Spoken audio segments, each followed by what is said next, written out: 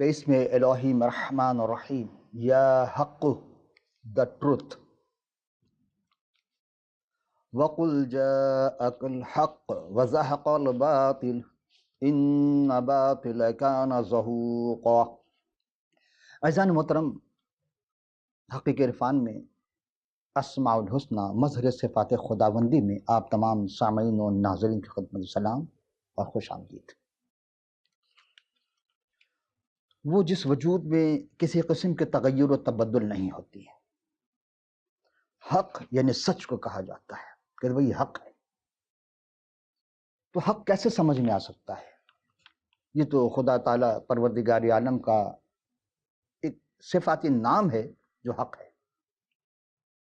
زحق الحق وقل جاء الحق وزحق الباطل ان باطل کان زہوقا۔ کل جہاں کہیں بھی لفظ قرآن میں استعمال ہوا ہے، جہاں جہاں بھی آیا، اس کا معنی اس کا تعلق ایمان سے ہے، اور جس کا تعلق ایمان سے ہو اس کے بارے میں کہا جا رہا ہے کہ آپ کہہ دیجئے اور کہہ دو کہ حق آ گیا اور باطل نابود ہو گیا۔ بے شک باطل نابود ہونے والا تھا۔ یہ 15واں پارہ ہے سورہ بنی اسرائیل، جسے سورہ اسراء بھی کہا جاتا ہے، اور اس کے یہ 17واں سورہ، آیت نمبر ہے 81۔ فتح محمد جانن صاحب کا یہ ترجمہ میں نے پیش کیا آپ کی خدمت میں۔ اب یہ غور کرتے ہیں کہ اللہ تبارک و تعالیٰ کی جتنی بھی صفات ہم اب تک بیان کر چکے ہیں آپ کی خدمت میں، وہ تمام کی تمام کم ہیں۔ اس میں ایک صفت ہے اس ذات باری تعالیٰ کا جس کو کہتا ہے حق یا حق، یعنی الحق بھی کہا جاتا ہے اسے، خاص حق، یعنی باری تعالیٰ کے علاوہ کوئی حق ہو ہی نہیں سکتا۔ اور جس طرح ہم نے آپ کو اس سے پہلے ایک اور نشست گزری تھی ہماری، اور وہ تھا کہ خدا رب ذوالجلال والاکرام، وہ جو وحدہ لا شریک ہے، امن امالہ ہے، وہ جو پوری کائنات کا خالق و مالک ہے، وہ اپنا کل اختیار عطا کر چکا ہے، اور اس اختیار کو جس کو بھی دیا ہے، وہ ہم نے ٹرائنگل آپ کی خدمت میں پیش کی تھی، اسی کو آپ اگر مد نظر رکھیں گے تو یہ بات بآسانی ہو جائے گی کہ وہ صرف یہی نہیں کہ وہ ذات حق ہے، سچی ہے، بلکہ الحق ہے یا حق کو، یعنی حق ہی ہے، اس کے سوا کچھ نہیں ہے، یعنی صرف وہی سچائی ہے اور اس کے سوا اس کے علاوہ کوئی سچائی نہیں ہے۔ وہ ذات ایسی ہے کہ اس ذات کے سوا ہم کسی کو حق کہہ ہی نہیں سکتے۔ پھر کیا کہا اگر آپ غور کریں گے، ایک اور سورہ ہے سورہ عصر قرآن شریف کا، کہ والعصر ان الانسان لفی خسر، بے شک، یعنی والعصر قسم زمانے کی کہ بے شک انسان خسارے میں ہے، یعنی کسی وقت کسی زمانے کے بھی انسان خسارے میں سے بچا نہیں ہے، ہر زمانے کے انسان خسارے میں ہے، نقصان میں، سراسر نقصان میں ہے۔ لیکن الا الذین آمنوا، لیکن جو لوگ ایمان لائے، وعملوا الصالحات، اور نیک عمل کرتے رہے، صالح عمل کرتے رہے، وتواصوا بالحق وتواصوا بالصبر، یعنی وہ حق پہ بھی قائم رہے اور صبر بھی کرتے رہے۔ یعنی ایک ایسا انسان، ایک ایسا انسانی لباس یا ایک ایسا انسان، یہ تو سارے انسان خسارے میں، لیکن وہ ایک ایسا انسان تھا جس کے پاس ساری چیزیں تھیں۔ 4 چیزیں کیا تھیں؟ آمن وعمل الصالحات، اس کے پاس ایمانی وہ قوت تھی، اور وہ ایمان جو اس پر ایمان لاتا اس کو وہ حق جو تھا وہ واضح ہو جاتے تھی۔ آئیے غور کرتے ہیں، ایک بڑا ہی عجیب واقعہ پیش آیا تھا، بلکہ بیان ہوا ہے، یہ حضرت مسیح سلام علیہ کو جب مصلوب کرنے کے لیے لے جا رہے تھے، مقدمہ چلایا گیا، مختلف عدالتوں میں لے جایا گیا، اور آپ حاکم وقت کے سامنے جب پیش ہوئے تو اس وقت حاکم نے کہا کہ تمہارے خلاف گواہی یہ ہے کہ لوگ یہ کہہ رہے ہیں کہ تم بادشاہ بننے کے خواب دیکھ رہے ہو، بادشاہ بننے کے فکر میں ہو، یا بادشاہ بننا چاہتے ہو، کیا واقعی یہ درست ہے؟ کیا تم واقعی بادشاہ بننا چاہتے ہو؟ تمہارا دعویٰ جو ہے وہ تمہارا ارادہ مصمم ہے کہ تم واقعی بادشاہی کا دعویٰ کیا تم نے؟ کیا تم شہنشاہ روم کے خلاف علم بغاوت بلند کر رہے ہو؟ سوچو ذرا، تمہارے پاس کیا ہے جو تم بادشاہ بننے کی کوشش میں لگے ہوئے ہو؟ اب آپ نے فرمایا کہ میری بادشاہی اس دنیا کی نہیں ہے۔ عجب جواب دیا آپ نے کیا فرمایا جناب مسیح سلام علیہ نے کہ میری بادشاہی اس دنیا کی نہیں ہے، میں تو حق کی گواہی دینے کے لیے آیا ہوں، اور جو حق کی طرف سے ہے وہ اس کی بات کو سنتے ہیں۔ اس کے بعد ایک عجیب واقع پیش آیا، ایک عجیب معاملہ پیش آیا۔ جو جملہ تو وہ جو پینتس پلاطوس حاکم وقت تھا، حق کیا ہے، جب اس نے پوچھا کہ حق کیا ہے اور یہ کہہ کر باہر چلا جاتا ہے، کسی ایک بزرگ نے اس جملے کے اوپر ایک کمنٹس دیا ہے، ایک بڑا ہی خوبصورت تبصرہ کیا انہوں نے، اور اس نے لکھا ہے کہ یہ تبصرہ کیا یہ کیا ہے کہ اس وقت حاکم نے جب پوچھا کہ حق کیا ہے لیکن جواب سننے کی ہمت نہ رہی، یعنی وہ جواب سن نہیں سکا، اس لیے وہ باہر چلا گیا۔ آج بھی لوگ پوچھتے ہیں کہ سچ کیا ہے، حق کیا ہے، آج بھی اس زمانے میں بھی، اور آئندہ بھی لوگ پوچھتے رہیں گے کہ مسیح کیا ہے، چونکہ سمجھ میں آنے والی ذات نہیں ہے۔ خدا سمجھ میں نہیں آ سکتا، مسیح بھی سمجھ میں کسی کا نہیں آ سکتا، اس لیے کہ خدا لامحدود ہے، خدا علم سے پر ہے، خدا کے علم لامحدود ہے، ہمارے پاس بھی علم لامحدود ہے۔ اسی طرح مسیح کے دو انداز ہیں، دو فطرت مسیح کے اندر پائی جاتی ہے، ایک فطرت الہیہ اور ایک فطرت انسانی، بشری فطرت اور الہی فطرت دونوں ہے۔ جب فطرت الہی استعمال کرتے تو کہتے ہیں میں ہوں، اور جب بشری فطرت کا استعمال کرتے ہیں تو کہتے ہیں کہ اے باپ، یعنی خدا کو وہ باپ کہہ کے پکارا کرتے تھے، جسمانی طور پر نہیں، میں نے پہلے بھی آپ سے کہا جسمانی طور پر وہ باپ نہیں ہو سکتے تھے، کیونکہ وہ تو بغیر باپ کے پیدا کیے گئے، روح القدس کے وسیلے سے پیدا کیے، لیکن حق کو جب عام طور پر جو آج ہم نے کہا کہ آج یہ پوچھا جاتا حق کیا ہے، اور لوگ پریشان ہیں، سمجھ نہیں پاتے مسیح کو، کہ کہیں شرک کا فتویٰ، دنیا والوں سے گھبرا جاتے ہیں کہیں شرک کا فتویٰ نہ لگ جائے۔ اس زمانے بھی یہی نوبت تھی، اس زمانے میں کا بھی یہی حال تھا کہ فقیہ و فریسی یقین نہیں کرتے تھے کہ یہ وہی ہے، لیکن جو جانتے تھے وہ ایمان لے آئے۔ اب سوال وہیں رکتا آ کر کے جو پینتس پلاطوس نے کہا تھا، یہ میں نے تھوڑی سی آپ کو زحمت دی، سماعت دی تھی، کہ جو پینتس پلاطوس نے پوچھا تھا کہ حق کیا ہے، ہماری سمجھ میں تو یہی نہیں آتا کہ حق ہے خدا کی ذات، حق تو خدا کی ذات ہے، حق وہ ہے جس کے اندر کوئی نقص نہ ہو، کوئی نقص نہ ہو، کوئی عیب نہ ہو، کوئی کنٹرڈکشن نہ ہو، کوئی برائی نہ ہو، بلکہ اچھائی اچھائی ہو، کوئی ڈھونڈنا چاہے تو اس میں سے حق برائی نہیں نکال سکتا۔ اگر آپ خدا کی ذات سے الگ کر کے سوچیں گے تو آپ کو معلوم ہوگا کہ جتنی صفات ہم خدا کے بیان کرتے ہیں وہ تمام کے تمام صفات متضاد ہیں۔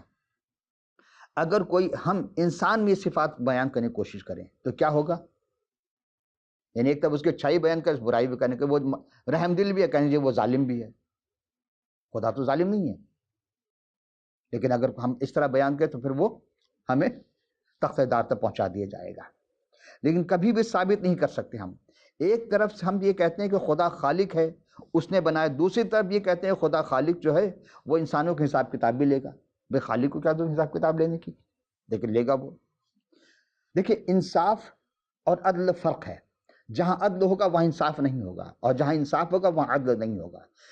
انصاف اصل میں جمع کا ہے، صیغہ ہے، ایک چیز کو دو بڑا حصوں میں تقسیم ہے، نصف کا جمع ہے انصاف، اور عدل کا ہے جس کا جو مقام ہے اس مقام کو دینا، یہ ہے عدل۔ ہم کوشش کرتے رہیں کہ صفات جمع کرنے کی کوشش کر رہے ہو جو عام طور پر نہیں ہو سکتا، لیکن خدا میں ساری صفاتیں ہم اب تک آپ کی خدمت جو پیش کر چکے وہ ساری کے ساری ہیں، تو خدا کی ذات کو ختم نہیں کر پاتی۔ انسان ختم ہو جائے گا، خدا کی ذات ابد الاباد ہے، ازل سے ہے اور ابد تک رہے گا، بلکہ ساری چیزیں اسی کی ملکیت ہیں۔ تو یہ تو ہے سب سے بڑا حق، اور یہ سب سے بڑا سچ ہے۔ تو سچ وہ ہوتا ہے کہ ہر حال میں سچ ہو، ہر حال میں حق ہو۔ سچ وہ نہیں ہے جو ہم کہتے ہیں، سچ وہ نہیں ہے جو ہم کہہ رہے ہوتے ہیں، سچ وہ نہیں ہے جو پوری دنیا کہتی ہے۔ اگر پوری دنیا یہ کہنا شروع کر دے کہ جھوٹ اچھی بات ہے، اچھی شے ہے، اچھی چیز ہے، آج سے ہم سب جھوٹ بولیں گے، تو کیا حق ہے؟ یہ سچ ہے؟ نہیں۔ اگر پوری دنیا اس بات پر مصر ہو جائے کہ نہیں آج ہم سچ کو جھوٹ کہیں گے اور جھوٹ کو سچ کہیں گے، اور کہتے ہیں بعض الفاظ کو تبدیل کر دی گئی، گڈ ورک کو بیڈ ورک کر دیا گیا، یہ بات میری سمجھ میں نہیں آئی کہ کیسے کر دیا، لیکن ایسا بہت سی جگہ تبدیل ہوئی۔ مثلا جب ہم یہ کہتے ہیں اس چیز کا رنگ فنا ہے. لیکن اس سے تھوڑا سا پہلے اگر ہم غور کریں گے، ایک چیز یاد رکھیں کہ حقیقت کے عین مطابق جو بات ہو وہ سچ ہے، وہ حق ہے. حقیقت کے خلاف اگر ہے تو وہ حق نہیں ہے، سچ نہیں ہے. حقیقت جو چیز ہے، مثلا جب ہم کہتے ہیں اس چیز کا رنگ سبز ہے یا چیز کا رنگ لال ہے، تو اس کے کیا مطلب؟ وہ واقعی لال ہے یا سبز ہے؟ نہیں. اصل میں جو روشنی کے شعاع کے جو رنگ ہے وہ 7 رنگوں کا مجموعہ ہے، لیکن وہ اس کپڑے میں، اس چیز میں، اس کلر میں یہاں پر وہ ایک رنگ ہے جو جذب نہیں کر رہا. ورنہ جو رنگ جذب کر جاتا ہے وہ رنگ ہمیں دکھائی نہیں دیتا، اور جو جذب نہ کر سک وہ ابھر کر سامنے آ گئے، وہ کلر ہمیں سبز دکھ رہا ہے. اسی لیے ہم کہتے ہیں اس کا رنگ سبز ہے. اگر یہ سبز رنگ جذب کر لیتا تو پھر ہم اس کو رنگ نہیں کہتے تھے. تو 6 رنگ کو جذب کر چکا ہے، ایک کو نہیں کر پایا، تو اسی لیے ہم نے کہا کہ یہ سبز رنگ ہے. یا لال کو جذب کر نہیں کر پایا، تو جو رنگ جذب نہیں کر پائے گا وہ رنگ ابھر کر سامنے آ جائے گی، ہم کہیں گے یہ رنگ ہے. ویسے اس کا رنگ کیا ہے؟ سبز نہیں ہے. تو اگر آپ اسی طرح تجربہ کریں گے تو آپ کو معلوم ہوگا کہ روزمرہ کی زندگی میں سچ کوئی بھی، یعنی کوئی سچ حقیقت نہیں رکھتی. یہ میں عجب جملہ کہہ رہا ہوں آپ کی خدمت میں. کوئی بھی سچی بات حقیقت نہیں رکھتی. کیوں؟ یہ ہم نے صرف اپنی تسلی کے لیے اس کا نام دیا ہوا ہے. اس کی وجہ یہ ہے کہ وہی جس طرح ہم نے کہا کہ فنا سبز رنگ کا یہ ہے سرخ، یا اس کا رنگ سبز ہمیں دکھائی نہیں دے رہا، لال دکھائی نہیں دے رہا بلکہ سب دکھائی دے رہا. تو اس سے کیا مطلب؟ کہ بعض لوگ ایسے ہوتے ہیں انہیں وہ کلر بلینڈ ہوتے ہیں، انہیں کلر نظر ہی نہیں آتا، دیکھتے ہیں لیکن کلر سمجھ میں نہیں آتا کون سا کلر قرار دیں. تو ہم اکثریت، یعنی کہ وہ لال ہے یا کالا ہے، سبز ہے یا سرخ ہے، وہ ججمنٹ نہیں کر سکتے ہیں. عام طب یہ کہا جاتا ہے جو اکثریت کہتی ہے وہ سچ ہے. اکثریت تو ووٹ دیتی ہے، ووٹ دے کر کے ایک ظالم و جابر کو حکومت میں لے آئی، ایک ظالم و جابر کو ووٹ دے کر برسر اقتدار لے. تو کیا وہ حق تھا؟ تو اکثریت، اب قرآن سے پوچھتے کیا اکثریت سچ ہے، حق ہے؟ اب قرآن نے کہا نہیں. اکثرہم غافلون، اکثریت غافل ہے. اکثرہم فاسقون، اکثریت فاسق ہے. اکثرہم جاہلون، اکثریت جاہل ہے. یہ تو قرآن کا فیصلہ ہے. یہی چیز کہ اکثریت جو ہے وہ حق پر نہیں ہوتی. لیکن اگر میں اکثریت کی بات کیسے کہتے ہیں؟ اکثریت کے اوپر خدا نے ایک انبیاء کو بھیجا، تو اکثریت تو آپ کہنے اکثریت سچ ہے. تو دنیا تو اپنے آپ کو اکثریت میں سچ مانتی ہے، سارے بت پر اپنے آپ کو سچ مان رہے ہیں، لیکن خدا نے اپنے انبیاء مرسلین کو اس لیے بھیجا تاکہ وہ حق اور سچ ثابت ہو جائے کہ حق کون ہے. تو اسی طرح ہم جب غور کرتے ہیں کہ ان سارے مخلوقات جو ہے جھوٹ بولنے والے تھے، جو لوگ بت پرستی پہ تھے جھوٹ بولنے والے تھے، آج بھی ہیں، تو حق تو نہیں ہوئے. اکثریت اگر بت پرست ہے تو کیا حق ہے؟ لیکن اکثریت میں انبیاء مرسلین بہت کم تعداد میں آئے، ان کی اصلاح کے لیے خدا نے بھیجا انہیں، تو وہ سب حق پہ تھے، اکثریت حق پہ نہیں تھی. اگر اکثریت حق پہ ہوتی تو خدا بھیجتا ہی کیوں؟ اگر اس سے سچ ہوتی تو خدا ان کو بھیجتا کہ انبیاء کو. وہیں بھیجا ہے نا جہاں اکثریت بت پرستی میں تھی، جہاں اکثریت غیر معبود کی پرستش کر رہی تھی. تو حق نے پھر اپنے حق کو جتانے کے لیے انبیاء کو حق بنا کر بھیجا. اور پھر ایسا حق کہ ہمیشہ جو قوم جھوٹ بولتی رہتی تھی وہ اکثریت میں تھی، لیکن اقلیت بیچاری سچ بولنے پر مجبور تھی. انبیاء سارے سچ بول رہے تھے، نہیں اس ایک کو مانو، اس وحدہ لا شریک کو مانو جس نے پوری کائنات کو خلق کیا. یہ سورج خدا نہیں ہے، یہ چاند خدا نہیں ہے، یہ درخت خدا نہیں ہے، یہ حیوان خدا نہیں ہے، یہ پتھر خدا نہیں ہے، بلکہ مخلوق ہے. اس خالق ایک ہے، اس کو مانو. آج بھی دیکھیں کہیں جانور کی پرستش ہو رہی ہے، کہیں مختلف چیزوں کی پرستش ہو رہی، لیکن وہ جتنے بھی آئے تھے اقلیت میں تھے. انبیاء مرسلین وہ حق پر تھے، وہ سچ بولنے پر مجبور تھے، اور کیونکہ اسے زندہ رہنا ہوتا. اور آخر سچ کا معیار پھر کیا ہوگا؟ بہت توجہ سے، آخر سچ کا معیار پھر کیا ہوگا؟ ظاہر ہے کہ ہم جس چیز کا بھی جائزہ لیتے ہیں معلوم ہوتا ہے کہ سچ نہیں، تو پھر سچ تو کوئی اور ہی چیز ہے، حق تو پھر کوئی اور ہی چیز ہوگی نا. تو ہمیں کوئی معیار چاہیے، کیونکہ اس معیار کو ہمیں دیکھنے کے بغیر، اس معیار کو سامنے رکھے بغیر، اس نمونے کو سامنے رکھے بغیر ہم فیصلہ کر ہی نہیں سکتے حق کیا ہے. 2 مختلف دھاتوں کو لے کر کے آ گئے مختلف لوگ، ایک سونار کے پاس آ گئے اور دونوں نے کہا کہ یہ سونا ہے، لیکن سونار کہتا نہیں پہلے میں اسے پرکھوں گا، میں کسوٹی پہ کسوں گا. جو سونا ہوگا سن لوگا. اچھا جو واقعی سونا لے کر آیا وہ کیا کہے گا؟ پھر کہ جی پرکھ لو. لیکن جس کے پاس پیتل ہے، مختلف دھات ہے نا، جس کے پاس پیتل ہے، سونے کا پانی چڑھا ہوا ہے، وہ کیا کہے گا؟ نہیں نہیں نہیں، یہ سونا ہے، اسے پرکھنے کی ضرورت نہیں ہے، بس میں جو کہہ رہا ہوں سچ ہے. لیکن کیا سونار اس کی بات مانے گا؟ اور جس کے بعد کھرا سونا ہے وہ کیا کہے گا؟ نہیں جی آپ پرکھ لو، ٹھیک ہے، آپ جیسے چاہو مطمئن ہو جا. جو حق ہوگا وہ کبھی بھی انکار نہیں کرے گا پرکھنے کے لیے، اور پرکھا جائے گا وہ. اور حق جب بھی سمجھ میں آتا ہے جب اس کو پرکھا جاتا ہے. سونار نے سونا کو پرکھا، پیتل کو دیکھا، کہا یہ تو پیتل ہے، ریجیکٹ کر دیا. لیکن سونار نے سونا کو پرکھ لیا. اب آئیے اسی کسوٹی پر سے. سچ تو یہی ہے کہ کوئی کسوٹی ہونی چاہیے. جب تک کسوٹی نہ ہو سچ اور جھوٹ کا فرق معلوم نہیں ہو سکتا. اسی لیے اب ہم اس ہستی کو لے کر آ رہے ہیں جو پورے کائنات میں حق تھا، جو سیدنا یسوع مسیح سلام علیہ تھے. آپ نے فرمایا، کیا فرمایا؟ حی احیا، یعنی وہ الحق میں ہے، وہ حق میں ہوں. کیا فرمایا؟ کہ حق میں ہوں. کسی نے ایسا دعویٰ نہیں کیا تھا. وہ کسوٹی میں ہوں، یعنی جس کے اوپر حق کا پہچانا جا سکتا ہے وہ میں ہوں. ورنہ سچائی کے دعوے کرنے والے بہت آئے اور آتے رہیں گے، لیکن انہوں نے کہا میرے دعوے میں اس کو پرکھ کر دیکھو. جناب مسیح نے کہا جو میں دعویٰ کر رہا ہوں میں کو اس کو پرکھ کر دیکھو. اگر میرے مطابق جو بھی میرے مطابق میں بول رہا ہے تو سچا ہے، اور اگر میرے مخالف میں بول رہا ہے تو سچا نہیں ہے. ایک کسوٹی دی جناب مسیح نے. انہوں نے کہا کہ میں حق ہوں، میں جو کہہ رہا ہوں وہ حق ہے. اور آپ نے کئی مقام پر اس چیز کو ثابت کیا.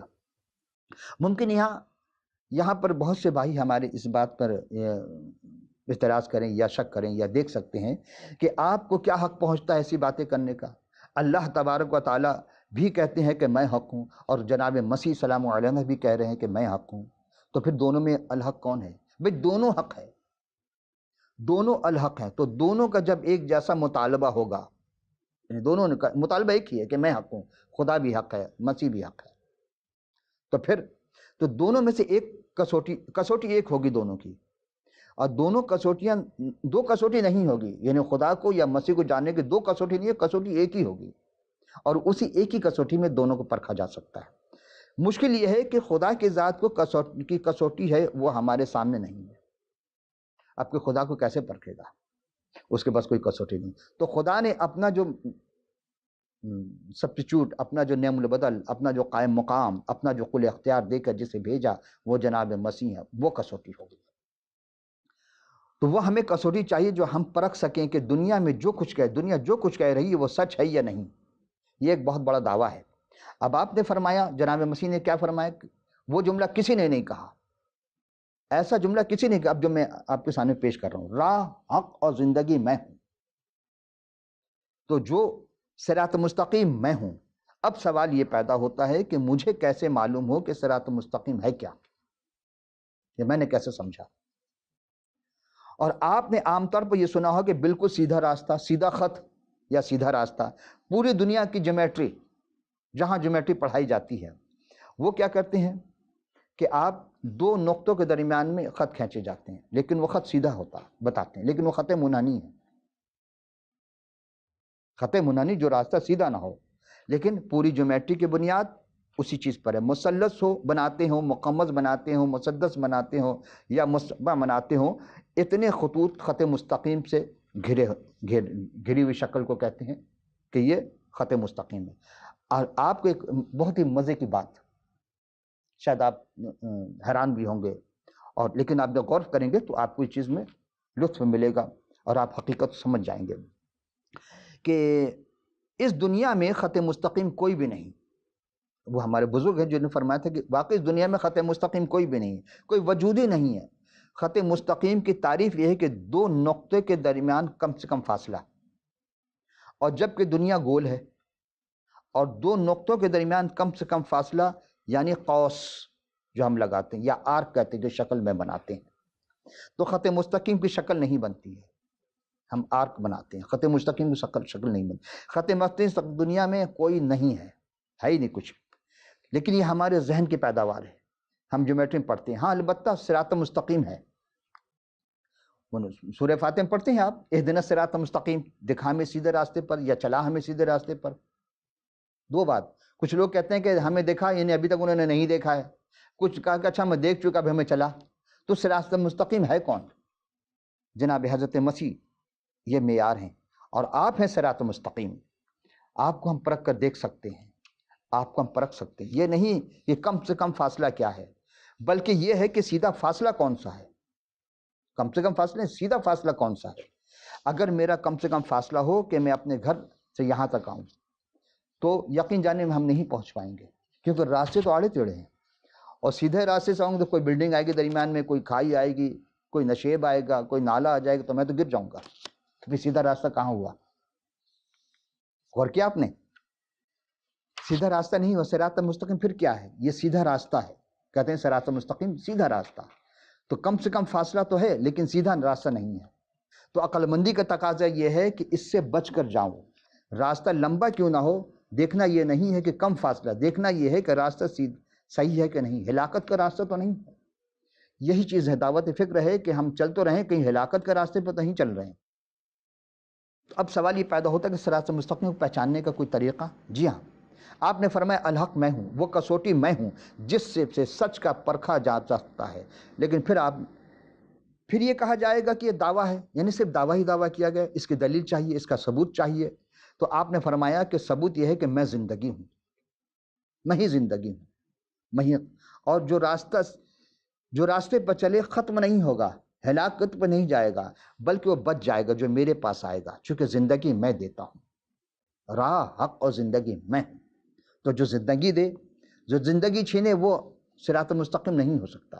جو کسی کی زندگی لے لے کسی کے بہانے سے، کوئی کسی کو قتل کر دے، تو وہ صراط مستقیم پر نہیں جا سکتا، بلکہ ہلاکت کا راستہ ہے. اسی طرح تمام منطقی وجوہات جو بھی بات بتا دی جاتی کہ حق وہی ہے جو آپ کو ہلاکت کے راستے سے بچائے، حق وہی ہے جو آپ کو زندگی کے راستے پر لے کر چلے. اور اگر وہ زندگی کے راستے پر لے کر نہیں چلتا تو پھر وہ حق نہیں ہے. جناب مسیح وہ حق ہیں، اور کوئی دوسرا حق نہیں ہو سکتا. پھر وہ سچ کیا ہے؟ یعنی صراط مستقیم پھر وہ نہیں جو دعویٰ کرتا ہے کہ صراط چلا اور نہیں چل سکتے، بلکہ جناب مسیح کہتا ہے میں حق ہوں، میں صراط مستقیم ہوں. اب یہ دیکھیں دنیا بھر کے مذاہب کا مطالعہ کیجئے اور آپ کو ہر جگہ دعویٰ ملے گا.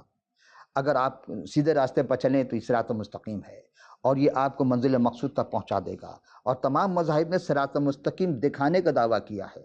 لیکن دنیا کا واحد مذہب، واحد دین اللہ ہے، واحد اللہ کا دین ہے، خدا کا دین ہے، جو دنیا کے ایک ہی ذات ہے ہی نہیں، جس نے یہ نہیں کہا کہ میں صراط مستقیم دکھانے آیا ہوں، بلکہ آپ نے کہا میں صراط مستقیم ہوں، میں حق ہوں، میں سیدھا راستہ ہوں. کیونکہ صراط مستقیم سب دکھاتے ہیں، لیکن مشکل یہی ہے جو ایک شاعر کو درپیش آئی کہ تم میرے ساتھ چلے ہو تو میرے ساتھ رہو، کہ مسافر سر منزل بھی بھٹک جاتے ہیں. ہمیں صرف صراط مستقیم نہیں چاہیے، بلکہ راستہ نہیں چاہیے. تو کیا چاہیے؟ راستہ دکھانے والا نہیں چاہیے، بلکہ وہ جو اس راستے پر گامزن رہا، وہ جو اس راستے پر ساتھ ساتھ چلے ہمارے ساتھ خود. اور پھر جو راستہ بنے، یہ آپ ہیں جنہوں نے دکھائے بھی نہیں، بلکہ آپ نے چل کر دکھایا، منزل تک پہنچا دیا لوگوں کو. جبکہ راستہ ہمیشہ اپنی جگہ رہتا ہے، راستہ زمانہ کو نہیں جاتا، راستہ مسافتیں طے نہیں کرتی ہیں، راستہ اپنی جگہ رہتی ہے. کچھ نہیں، یہ راستہ کہاں جا رہی ہے، راستہ نہیں جاتا، راستہ اپنی جگہ ہے. تو جناب مسیح یعنی راستے کی قسمت میں کیا دھول ہے، راستے کی قسمت میں کیا لات ہے، جوتے ہیں، یعنی جو جوتے پہن کر چل رہے ہوتے ہیں. اور جناب مسیح اسی لیے کہتے ہیں کہ جس کو بھی کہیں جانا ہو، سب کے سب اپنا بوجھ انہیں راستے پر بوجھ ڈال دیتے ہیں. اور جناب مسیح کہتے ہیں کہ دیکھو تم اپنے گناہ کو بوجھ میرے اوپر ڈال دو، تم اپنے میرا جوا اٹھا لو، میں بہت آسان تمہارے لیے، میں بھی تمہارے یعنی کہ آپ غور کریں کہ اگر راستے پر لوگ مسافر چلتے چلتے تھک جاتے ہیں، کہتے ہیں میں تھک گیا، تھوڑا آرام کر لوں. راستہ کبھی نہیں کہتا میں تھک گیا ہوں.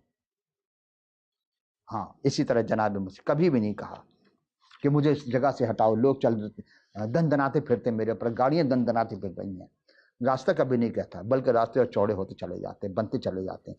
اسی طرح جناب یعنی اب یہ حکومت ہیں جو راستے بنواتی رہتی ہیں، ٹوٹ پھوٹ ہو جائے پھر حکومت بناتی۔ اسی طرح کوئی ایک تو ہو جو راستہ ہو، اور وہ جو سرکار کا راستہ، وہ جو دو عالم کا راستہ ہے، وہ جو کائنات کے بادشاہ کا راستہ، شہنشاہوں کے شہنشاہ کا راستہ ہے، وہ ایک ہی راستہ ہے، وہ صراط مستقیم جناب مسیح ہیں، جو اس پر چل کر مخلوق خدا منزل مقصود تک پہنچ جائے۔ اور یہ راستہ صرف راستہ ہی نہیں بلکہ منزل مقصود ہے۔ وہ حیات میں ہوں، جناب مسیح نے کہا کہ حیات میں ہوں، زندگی میں ہوں، یہ نہیں کہا کہ زندگی کا راستہ دکھاتا ہوں۔ یہی وہ راستہ ہے جو ساری صعوبتیں برداشت کرتا ہے۔ یہ قافلہ منزل مقصود تک پہنچ جاتا ہے۔ جو جس منزل پر، جو جس راستے پر آیا، جو جناب مسیح کو قبول کرتا ہے، اور وہ منزل مقصود تک پہنچ جاتا ہے۔ اس لیے کہ صراط مستقیم آپ ہے، حقیقی صراط مستقیم دیکھنا ہے، جاننا ہے تو جناب مسیح کو جاننا ہوگا۔ اچھا، راستہ کسی دعا نہیں کرتے، صراط مستقیم کے لیے دعا نہیں کرتے کہ ہاں جی دعا مانگنی پڑے گی صراط مستقیم آپ کے پاس آنا چاہتا ہوں۔ یہ ایک عجیب بات ہے، ایک عجیب فلسفہ ہے یہاں پہ، کہ دنیا کے پیاسے کنویں کے پاس جاتے ہیں نا، لیکن یہ واحد کنواں ہے جو خود پیاسے کے پاس آتا ہے، دروازہ کھٹکھٹاتا ہے کہ کوئی ہے جو میری آواز پر لبیک کہے۔ وہ ایک سامری عورت کا میں نے آپ کو واقعہ سنایا تھا کنویں کے پاس، کہ جناب مسیح بیٹھے تھے، وہ جب آئی تو آپ نے کہا کہ مجھے پانی پلا۔ وہ کہتی یہ کیسے ہو سکتا ہے میں تجھے پانی پلاؤں، تو فنا ہے۔ تو جناب مسیح نے کہا کہ اگر تم مجھ سے پانی مانگتی تو میں تجھے زندگی کا پانی دیتا، یعنی ابدی زندگی کے بارے میں بتا رہے ہیں۔